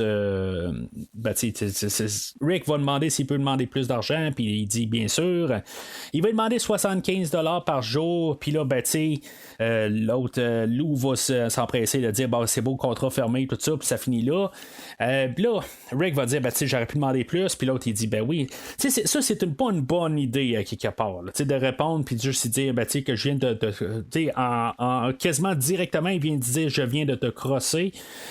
C'est ça, genre d'affaire que tu fais pas, mais c'est ça, à quelque part, ça, c'est une mauvaise. Peut-être un peu un entêtement peut montrer là, que là, tout d'un coup, il n'y a rien là, qui peut il est comme trop un peu là, sur son succès, sans penser. À quelque part, il aurait dû arriver puis dire garde, je serais à l'aise que t'en aies plus. Là, Rick, lui, dans le fond, il en demande trop. Puis là, il commence peut-être à être saf là, côté. Là, dans le fond, parce que là, il vient de se sentir trahi un peu, puis là, que là, il est rendu là, à commencer à demander plus que qu'est-ce que l'autre peut offrir, parce que là, il est rendu quelque chose comme à 10 000$, des affaires de même. Et Lou va dire c'est beau, je vais te le donner. Mais là, c'est là qu'on sent qu'il va y avoir quelque chose qui va se passer. On sent qu'il y a la faucheuse là, qui est juste à côté là, sur l'épaule droite là, de Rick rendu là. On sait que ça va finir qu'il va y avoir une situation. On sait pas quand. là, tu sais, dans le fond, ils vont. Lou va y dire qu'il va y expliquer là, qu'il a comme tout trafiqué la vidéo puis qu'il a coupé des parties pour que ce qui est montré à la télé, on sache pas c'est qui les meurtriers puis les affaires de même. Fait que, tu sais, puis là, que lui, il sait c'est où, ben, il sait c'est qui, puis là, dans le fond, ils vont pouvoir les suivre, puis ils vont se ramasser à un restaurant. Là, moi, ben, en tout cas, de mon point de vue, je pensais qu'il s'arrangeait pour que Rick ramasse une balle perdue. C'est peut-être la première idée. Il se dit peut-être qu'il va manger une balle perdue là, dans la fusillade. Finalement, ça marche pas. Donc, après ça, il y a de la poursuite de voiture. Puis, finalement, ben, tu sais, c'est le seul moment d'action vraiment là, où on a une poursuite de voiture. Supposément, M. Gyllenhaal, c'est lui qui est en train là, de conduire là, dans toutes ces scènes-là. Il suit très proche. Je veux dire, c'est très dangereux toutes les manœuvres qui sont faites. Là. Ça aurait été bon d'un côté de détruire la voiture à quelque part, qu'il se passe quelque chose, mais on ne touche pas à la voiture. Peut-être que ça aurait été quelque chose comme 1/8 du budget. Fait que on s'est dit, ben, on va essayer de conserver qu'est-ce qu'on peut, puis au pire, on peut revendre un peu à la toute fin. Là. Mais c'est ça, à quelque part, on va pas faire une égratignure sur la voiture. Pourtant, il a eu tellement peur. Là, dans le fond, il est en train de trouver quelque chose là, pour chialer sur son employé. Quand il a renversé un peu d'essence là, en faisant le plein.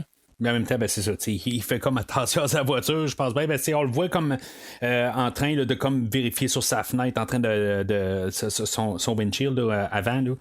Fait que c'est ça, à quelque part, là, c'est juste qu'il aurait fallu qu'il perde quelque chose un peu en chemin.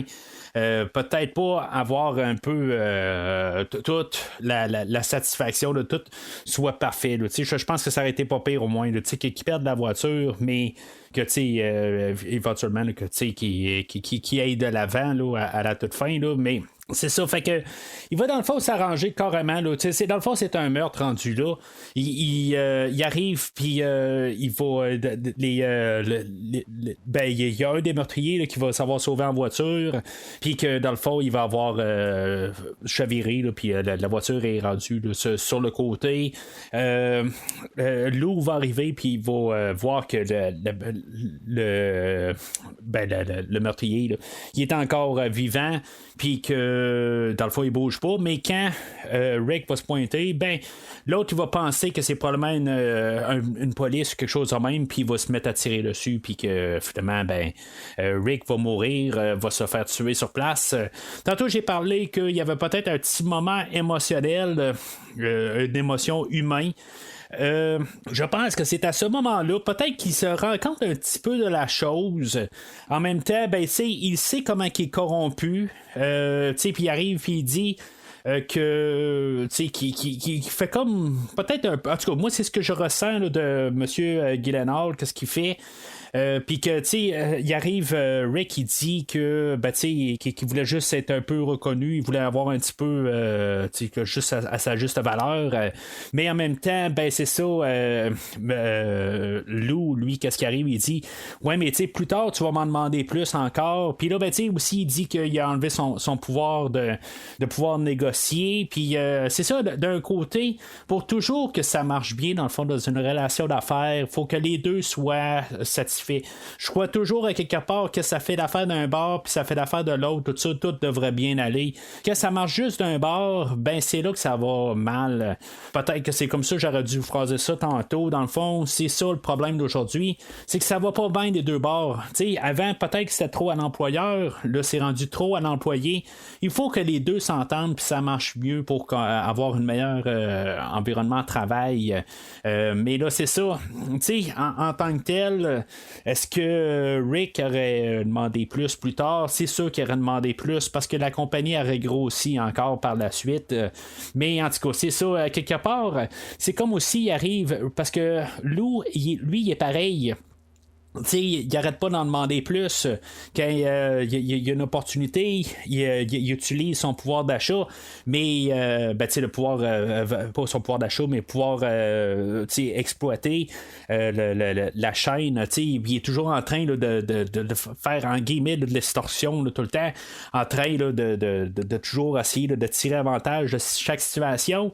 Puis Rick, c'est un peu qu'est-ce qu'il fait, mais c'est ça, à quelque part, peut-être qu'il a trop fait quand il a essayé là, d'aller chercher trop un peu. C'est peut-être un peu son erreur aussi là-dedans, mais il méritait pas la mort. Là. C'est trop. Là. À quelque part, là, l'autre il a essayé de couper le contrat en le faisant tuer. Là. Je veux dire, c'est impardonnable. Fait que on a Rick qui meurt là. Puis c'est ça que je dis parce que il le sait, il va arriver puis il va dire qu'il allait exploiter un peu puis qu'il allait leur demander plus. Puis même si Rick il dit que ça, il allait pas demander, ben c'est ça. L'autre par expérience personnelle, il sait qu'éventuellement il va redemander plus tout ça. Mais c'est ça. Je dis c'est extrême. Là, ça le pardonne en aucun cas là, sur la situation. Là, il méritait pas la mort là, à quelque part. Là, il aurait dû juste dire on ne fait plus affaire ensemble. Tout simplement. Ils n'ont pas signé. Oui, ils ont donné une poignée de main, mais à quelque part, poignée de main, ça marche pour un contrat aussi. Fait que c'est fait, c'est entendu. Ça aurait pu avoir des poursuites, des affaires de même là, par la suite. Mais en tout cas, c'est quelque chose là, qui est comme pour le film, là, toute cette relation-là, c'est triste à voir à quelque part. Comme je dis, c'est extrême un peu, mais c'est des choses qui se sont faites, puis je l'ai déjà vécu à peu près dans une très plus petite échelle, là, comme j'ai dit, là, ça fait 25 ans de ça à peu près, là, où ce que je travaillais là, pour une compagnie de plancher, puis il y a eu peut-être un petit peu d'exploitation là-dedans, mais à quelque part, là, c'est de savoir un peu aussi là, que quand tu commences là-dessus, il y en a un qui met plus d'argent et tout ça. Comme mon employeur à l'époque, peut-être qu'il abusait un peu de moi là, en fait monétaire, mais en même temps, il achetait un plus gros camion, il rachetait beaucoup d'équipements quand même tout le temps. Là, je veux dire, il investissait avec quand même cet argent-là, tout ça, puis ça nous donnait du travail. Fait que j'arrive avec la mentalité, puis c'est un peu la mentalité qu'on a là, dans le film aujourd'hui. Des fois, c'est avec l'argent qu'on fait de l'argent. Je veux dire, c'est pas en économisant puis en dépensant tout l'argent dans une compagnie que tu peux évoluer. Une compagnie, c'est comme ça marche. Elle doit investir, elle doit se mettre à jour pour les affaires de même. Des choses que les employés ne comprennent pas tout le temps. Là. C'est comme, je suis en train de défendre peut-être le côté d'employeur en tant que tel, là. Mais en tout cas, je veux dire, je fais mon point là, sur le podcast quand même, là, que il y a l'autre côté que des fois, il y a eu quand même là, de l'exploitation. Puis c'est ce qui fait aussi là, le personnage là, de Lou là, tout le long, c'est ce qu'on a montré. Là.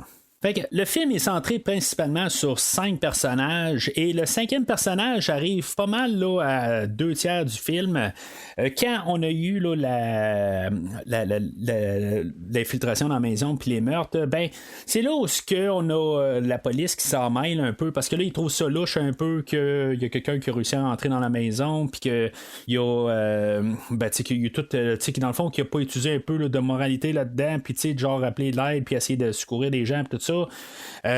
Mais c'est ça, à quelque part, on a le détective Frontier puis Little Man là, qui rentre dans le film là, pour. Honnêtement, le monsieur là-dedans n'a pas vraiment là, de partie. C'est plus le personnage là, de Frontier, là, qui est Finn Terry, excusez. Qui dans le fond, là, qu'on voit là, que c'est en guillemets là, peut-être la menace pour Lou, qu'elle, dans le fond, elle est en train d'enquêter, puis ils trouvent ça louche quelque part, puis ils sont comme un peu, pas sur son dos, mais il y a quelque chose qui tourne pas rond. Mais tu sais, c'est pas vraiment apporté à fond toute cette idée-là. là, même, tu sais, il voit que c'est quelqu'un qui est pas très, très moral. Tu sais, qu'à quelque part, là, ils ont laissé, ben, tu sais, il y a la vidéo où il a laissé même son partenaire mourir. Mais, tu sais, il a réussi à corrompre le personnage de Nina. Assez pour qu'elle, quand elle arrive là, pour se faire confisquer là, la vidéo, ben elle va dire ben, j'ai acheté la vidéo. Fait que ben, dans le fond, elle a payé 15 000$ pour la vidéo. Tu sais, peser sur CTRL-C, CTRL-copier, le fichier est copié, puis tu peux recopier là, la vidéo pour la police. Mais c'est ça, c'est pas comme ça marche. Quelque part, si mettons, la vidéo, ils l'ont payé trop cher, fait que ils veulent pas s'en défaire, mais la police éventuellement elle pourrait avoir un mandat puis réquisitionner toutes les vidéos au complet là, par la suite. Il y a quelque chose qui marche pas. En même temps, c'est pas eux autres que c'est d'un côté, ben, c'est Lou qui a tué Rick là. Je veux dire, dans le fond, il l'a amené là, carrément là, dans la ligne de tir. C'est pas un meurtre au premier degré, mais c'est quand même ça. Là. Il s'est arrangé pour qu'il se fasse tuer.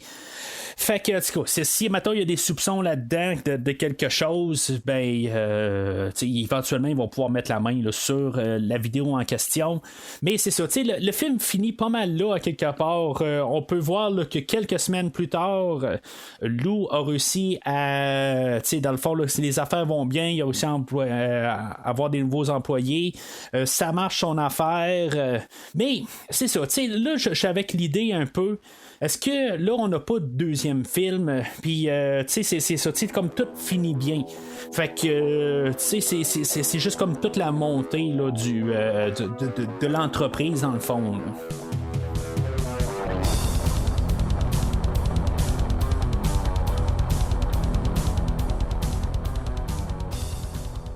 Alors, en conclusion, c'est un film que, tu sais, c'est ça qui me fait voir des choses là, dans ma vie personnelle en tant qu'entrepreneur. J'en ai parlé comme tout au long du film.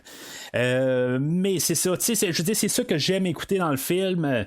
Mais en même temps, ben, tu sais, c'est un peu une situation extrême. Puis, tu sais, même si ça peut être réel, c'est vraiment extrême. Tu sais, c'est poussé dans des extrêmes là, dans les deux bords en tant qu'employé et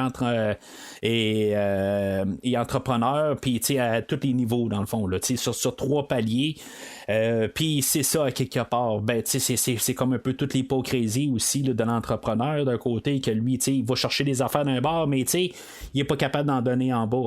Fait que c'est ça. Moi, en tant qu'entrepreneur, moi, c'est pas moi qui décidais, là, dans le fond, là, les salaires puis les conditions. Là, fait que c'est pour ça, en même temps, je peux m'enclairer un peu de ça. Là, des fois qu'on dise, ouais, mais t'en donnais-tu plus à les gens qui travaillaient pour toi, mais j'avais pas de contrôle là-dessus. Là. Fait que rendu là, c'est pour ça que je peux comme en guillemets là, m'en laver les mains là, mais moi c'est plus les relations interpersonnelles là, que je pouvais plus travailler dessus là, avec les gens puis quelque part là, je peux pas faire plus que ça là. Donc, c'est ça. J'ai parlé aussi là, de l'arc de personnages. Il n'y a pas de personnages là, sur le côté de Gyllenhaal, excusez, que lui, son personnage reste du pareil au même du début à la fin.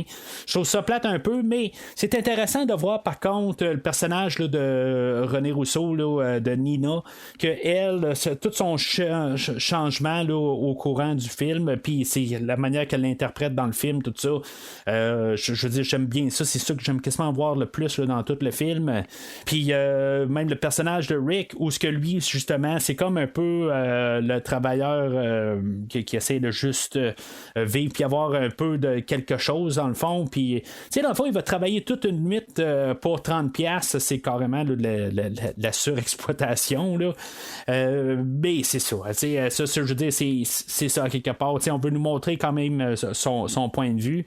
Il va demander le double de salaire plus tard dans le film, puis que dans le fond, qui sait qu'il aurait pu demander plus, puis on sera pas honnête avec lui. J'aime quand même tout voir un peu ces personnages-là, comment ils grandissent tout le long. Mais tu sais, l'histoire en tant que telle, tu sais, je veux dire, c'est une histoire là, qui est grisâtre. C'est pas le genre de film que je couvre souvent au podcast. C'est pas le genre de film que j'écoute beaucoup, carrément aussi, là, pas au podcast. Mais c'est un film que j'ai apprécié voir pour faire quelque chose de différent. Mais c'est pas un film que je peux endosser pleinement. C'est grisâtre à quelque part. Je pense que si on aurait eu peut-être justement le côté là, de loup, que peut-être que, oui, il y a peut-être un peu l'augmentation du personnage, c'est qu'il est prêt à aller un petit peu plus profond parce que il va aller jusqu'au meurtre à la fin du film. Je veux dire, il s'enfonce un peu plus pendant que sa compagnie elle monte. Mais je pense qu'on aurait pu mettre un peu plus qui soit un petit peu plus humain. Je dis pas nécessairement de sympathiser avec, mais qu'on soit un petit peu plus qu'on comprenne un petit peu plus. Je trouve que là, il semble comme froid, il paraît plus comme un enfoiré tout le temps, mais il peut être un enfoiré, mais que on peut je veux pas dire sympathiser parce que ça paraît il faut juste moi je veux juste le comprendre tout simplement, mais là ça a l'air d'être un petit peu juste la motivation, c'est de l'argent, puis il va faire juste n'importe quoi, mais j'aimerais ça juste comprendre si mettons y a-tu déjà essayé de faire quelque chose de bien, y a-tu déjà pour essayer de pas partir dans cette direction là, c'est ça qui me manque un petit peu. On a décidé de le couper avant de commencer à filmer, mais j'aurais aimé ça comprendre sa motivation, parce que là c'est comme tout d'un coup là il y a quelque chose qui arrive dans ma tête là, je sais pas, c'est que il y a une maladie mentale, il est psychopathe, puis il va virer là, sur un dizaine là, de la journée après. C'est comme ça que dans le fond là, qu'on apporte le personnage, puis la journée après là, s'il y avait une suite, ben il pourra aussi bien là, décider là, de tout foutre ça là, puis partir là, carrément là, faire autre chose. Fait que c'est ça, j'aurais aimé ça, surtout que on n'a pas de suite, puis je m'attends pas à une suite, des affaires de même là, juste de comprendre que comment que il pourrait continuer par la suite, mais la manière que c'est apporté dans le film, ben c'est comme trop drastique, puis sachant pas où ce que le personnage arrive ou ce qui était la semaine avant. Puis, tu sais, qu'à quelque part, ben, ça peut être quelque chose là, qui change tout le temps, quelque part. Mais c'est ça un peu aussi. Si maintenant on décidait, on le fera pas, là, mais si des fois on décidait de faire une suite qui serait sortie en 2016, quelque chose de même, là, qu'est-ce qui se passe par la suite du film, ça pourrait quasiment m'intéresser. Maintenant, si on voit comme ce film-là, je le compare pas au Parrain, là, mais point de vue histoire, dans le Parrain, ben, on a comme la montée là, du personnage là, d'Al Pacino, puis dans le deuxième film, ben, on a comme sa descente. Puis c'est comme ça que je verrais ça arriver. Là. Par la suite, après le film d'aujourd'hui, je verrais tout comme les retombées, tout va bien dans le film aujourd'hui, tout est aligné pour notre personnage pour que lui, tout son succès se fait, mais il a tellement comme été dans un terrain grisâtre puis des affaires de même, ben éventuellement toutes les répercussions vont frapper. Mais ce film-là aujourd'hui, ben, il nous montre pas ça. Fait que j'imagine que la journée d'après, ben il y a des affaires qui vont commencer à virer tout croche, puis ça va mal aller là, par la suite. Fait que, j'imagine il pourrait avoir une suite avec Paxton, son accident. Peut-être le gars de sécurité du début, éventuellement il va y avoir justement les temps où il va y avoir moins de choses, il va y avoir moins de contrats, il va y avoir moins de, je veux dire, il va y avoir un nouveau qui va arriver, puis que il va arriver là sur le terrain avant, qui va prendre les vidéos, puis qu'eux autres vont perdre la vidéo, puis pendant un certain temps ils vont se faire manger, il va devenir le big, comme Joe, là, Bill Paxton, c'est le genre d'affaire de même qui va arriver, puis ça va être la déchéance, puis en voyant comment que le personnage est extrémiste, ben c'est ça, je veux dire, il va probablement partir dans une genre de psychose, chose. Fait que c'est comme ça, je vois ça tout de suite. Le film est quand même assez prévisible dans ces lignes là, en tant que tel. Il n'y a rien qui m'a vraiment surpris dans tout le scénario. C'est sûr que ça fait 10 ans, puis on a vu quelques films là, dans ce genre-là au courant des années. Mais je veux dire, c'est comme évident qu'à quelque part, là, on voit qu'il y a comme toute de la surexploitation des affaires de même. Un bout que ça sent qu'il va vers la mi-chemin du film, là, qu'il va devoir se débarrasser de Rick. Puis que, dans le fond, il y avait juste 2 sorties du film, que justement, il réussissait, comme le film qu'on voit, que finalement que du succès dans son entreprise, ou que finalement qu'il essaie de viser trop haut, puis que finalement il se fasse qu'il mange lui-même la balle perdue à quelque part sur le terrain, que si mettons on aurait un 2, ça serait ultimement ça serait le scénario. Éventuellement là, c'est inévitable, ce personnage-là il va s'autodétruire par lui-même. Je veux dire, c'est trop. En tout cas, moi, c'est par expérience. C'est sûr que, comme je dis, c'est un cas extrême qu'on a aujourd'hui, mais c'est un personnage qui va s'autodétruire, puis ça sera pas long. Alors, le film, c'est ça. J'y donne un jaune. Parce qu'en tant que tel, je me vois pas vraiment le réécouter prochainement. Je me vois peut-être le réécouter dans quelques années. Je serais pas pressé nécessairement. C'est pas nécessairement le genre de film que je cours tout le temps après. J'aurais aimé ça avoir un peu plus, comme j'ai dit. Mais c'est un bon film aussi. C'est juste que moi, de mon côté, je ne vais pas le revisiter tout de suite. Alors, c'est pas mal tout pour aujourd'hui. La semaine prochaine, comme vous avez probablement remarqué, je sais pas si vous avez réussi à remarquer parce qu'il n'y a pas grand marketing alentour, il y a un nouveau film de DC qui est sorti, là, Blue Beetle, puis je le couvre pas en fin de semaine parce que dans le fond, en fin de semaine, je vais enregistrer avec, en tout cas, en moins de problèmes techniques qu'on n'est pas capable, là, je devrais enregistrer avec encore Steven, là, que j'ai enregistré le film The Flash avec il y a quelques mois. On va faire le prochain film de DC ensemble. Steven, dans le fond, là, c'est un des 2 hôtes de Cinérum, le podcast. Puis c'est ça, fait que on va enregistrer. Puis dans le fond, je dois avoir un décalage d'au moins une semaine là, pour pouvoir éditer le show là, qui va sortir la semaine prochaine. Sinon, à partir de l'autre semaine suivante, on va commencer là, avec une autre franchise là, de films d'action. J'ai fait quand même beaucoup d'actions aujourd'hui cette année. Là. J'ai pas touché bien à l'horreur, puis j'ai touché quelques genres. Puis la science-fiction, puis toutes sortes d'affaires. Éventuellement, j'aimerais ça retourner à l'horreur bientôt. Là, j'ai refait l'horaire un peu. Je devais faire les films de Silence des agneaux, tous les Hannibal, dans le fond, au mois d'octobre. Je vais devoir décaler ça un petit peu à cause des dons des auditeurs. Aujourd'hui, je dois remercier Olivier Simard pour le podcast. Sinon, sans sa collaboration, le podcast d'aujourd'hui n'aurait pas lieu. Alors, merci Olivier. C'est ça, fait que dans les prochaines semaines, je vais couvrir aussi la franchise des Expendables, les films avec Arnold Schwarzenegger apparaît au travers de ça, mais c'est principalement une franchise là, de Sylvester Stallone.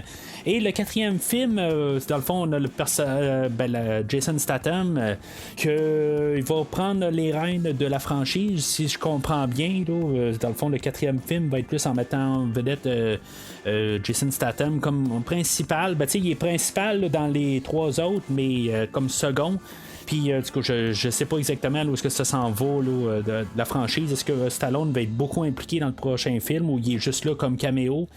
On verra bien quelque part. J'essaie de pas trop savoir sur le film, même si j'ai vu pas mal la bande-annonce. Là, elle a joué une couple de fois là, que j'étais allé au cinéma. J'essaie de me pencher la tête, tout ça, mais éventuellement, il y a des affaires que je peux pas m'empêcher de voir. Mais c'est ça, dans le fond, on va passer au travers là, de les 4 films d'Expendables. Ça va être 4 semaines ensuite, le 1, le 2, le 3, le 4, toutes 4 semaines de suite. Puis après ça, ben, je vais continuer avec d'autres franchises, ben pas des franchises, mais des films là, de dons. Je vais continuer là-dessus. Puis après ça, ben, on va embarquer là, dans les films là, de Hannibal, là, en commençant par le film, dans le fond, de Manhunter, qui est un film avant le silence des agneaux. Ben, je vais le faire en podcast double, dans le fond, où je vais incorporer Dragon Rouge, qui est le même film, dans le fond, mais qui avait été refait là, à la sauce de Silence des agneaux, là, avec Anthony Hopkins dans le rôle de Hannibal. Manhunter, je ne l'ai jamais vu. Dans le fond, j'ai vu des parties, mais je ne l'ai pas vu au complet. Fait que, tu sais, dans le fond, je vais comparer les deux, mais je sais que c'est pas mal là, le même film. Là. Ils ont changé quelques petites affaires, mais la source, c'est le livre, je pense que c'est Thomas Harris, là, l'auteur. Fait que, bien sûr, je vais m'arranger pour lire le livre, puis comparer les deux films, puis après ça, ben, je vais y aller chronologiquement. On va parler là, du Silence des agneaux la semaine suivante. On va parler du film Hannibal et du dernier film là, au cinéma là, de Hannibal Rising. Fait que ça va être ça pour ça. Puis après ça, ben, on verra bien qu'est-ce qui va se passer. Bien sûr, au travers de ça aussi, je suis en train d'oublier, là, il y a le nouveau film de Décadence qui a été reculé aussi là, d'un mois. Fait que tout ça force que je dois repousser là, la franchise là, des Hannibal. Mais c'est ça, la franchise Hannibal, ça, c'est juste pour le faire. Je voulais le faire au début d'année, mais éventuellement, là, ça n'a juste pas à donner là, dans l'horaire. Fait que ça va être le fun d'en revenir à l'horaire là, vers la fin de l'année. Puis, peut-être d'autres plans là, que j'ai dans la tête, là, d'autres franchises à couvrir. Fait qu'on va y aller peut-être un petit peu plus là, dans le côté macabre, en tout cas au moins horreur. Vers la fin de l'année là, pour les amateurs d'horreur là, c'est peut-être que vous allez être plus content là, qu'on lâche un peu l'action puis qu'on s'en aille là, vers un côté plus sombre là, vers la fin de l'année, mais c'est ça c'est dans quelques mois pour ça. Alors, entre-temps, ben, n'hésitez pas à commenter sur l'épisode d'aujourd'hui. Qu'est-ce que vous pensez du film d'aujourd'hui? Est-ce que vous aimeriez que je couvre plus de films de même? N'hésitez pas à laisser vos commentaires sur le post d'aujourd'hui sur Facebook et ou Twitter. Ça s'appelle X à cette heure, fait que n'hésitez pas à laisser vos commentaires là, sur une de ces deux plateformes-là ou n'importe quelle plateforme là, où ce que vous téléchargez le podcast. Là, ils ont généralement tout le temps un endroit où vous pouvez laisser des commentaires. Puis même laisser une note pour l'épisode, ce qui aide beaucoup au podcast. Mais sinon, d'ici le prochain épisode, sachez que je ne vous demanderai jamais quelque chose que je ne pourrais pas faire moi-même.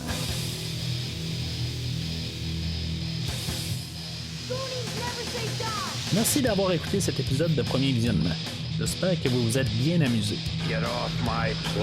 Je vous donne rendez-vous la semaine prochaine pour la couverture d'un autre film. Si vous voulez entre-temps regarder le catalogue complet du podcast et télécharger des épisodes passés, rendez-vous sur premiervisionnement.com. Vous pouvez aussi suivre le podcast sur plusieurs plateformes, dont Apple Podcasts, Spotify, Podbean, Google Podcasts, Amazon Music et YouTube. N'hésitez pas à donner une critique de 5 étoiles sur la plateforme de votre choix. Vous pouvez également suivre Premier Visionnement sur Facebook et Twitter pour rester informé de nouveaux épisodes. Premier Visionnement a besoin de votre aide pour grandir. Vous pouvez partager le podcast avec vos amis qui s'intéressent au cinéma de tout genre.